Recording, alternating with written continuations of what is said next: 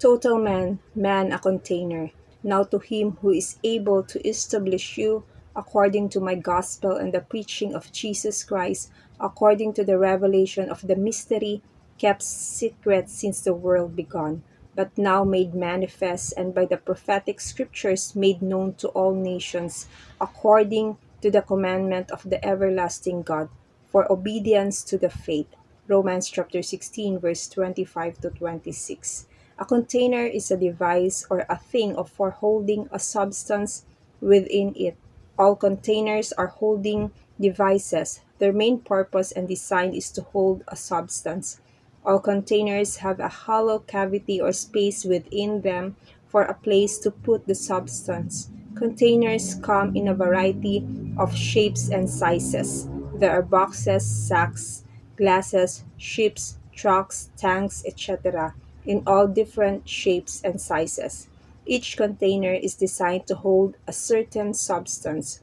A can is a container to hold food products. A glass is a container to hold liquids. A sack is a container to hold rice, flour, and dry goods. We believers are a type of container.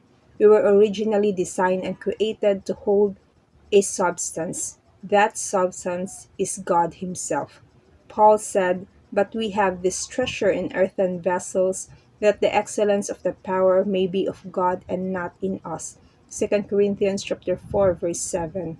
We are the earthen vessels, and Christ is the treasure and substance within us. This is another proof text that shows us that man was created incomplete with an empty void, just as all containers have a space or cavity for the substance to be placed within them. Man has always been a container and has always carried a substance within him. The substance in this case is the indwelling spirit nature. Paul shows us the contrast in Second Corinthians chapter 6 verse 14, 15 and 16. Do not be yoked together with unbelievers. For what do righteousness and wickedness have in common? Or what fellowship can light have with darkness? What harmony is there between Christ and Belial? What does a believer have in common with an unbeliever? What agreement is there between the temple of God and idols? For we are the temple of the living God.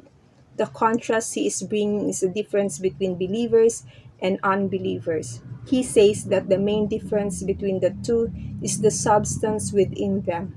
For the believer, he refers to as the temple of God, of righteousness, of light, and of Christ, while the unbeliever, he refers to them as a container of darkness, of unrighteousness, and of Belial. Again, it is clear in these verses that the main difference between believers and unbelievers is by the substance of God living in their vessels. We are all once containers of unrighteousness, darkness, and of sin, but now we are the containers of righteousness, light, and Christ. For He is the light, life, nature, righteousness, and God within us. The substance over the container. We must also be reminded that the most important part between the container and the substance is the substance within. Just as if we have a bottle or glass of Coke, the Coke is the most important, whether in bottle or glass is secondary. The same with us. All believers have a variety of shapes and colors of containers. There are fat people, short people, and strong people. There are black people, brown people, and white people. These are only the shapes and colors of the container and does not necessarily reflect on the substance at all. We should never look at nor judge a brother or anyone for that fact according to the shape, color, or ability of the container.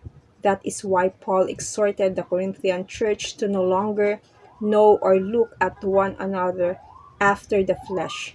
Rather, we need to see one another even as God sees us, according to the treasure within the container. The exchange, the miracle that took place when we became born again, was an exchange of substance within us. God supernaturally and invisibly emptied out the old unrighteous, sin natured substance out of our container and exchange it with a totally new, pure, holy, righteous, divine substance. This is what happened during the regeneration process of our new birth. It was as if he emptied a glass full of black coffee and poured crystal clear and purified water back into the glass. Now we have the crystal clear living water of Christ within us. To God be the glory. God bless you.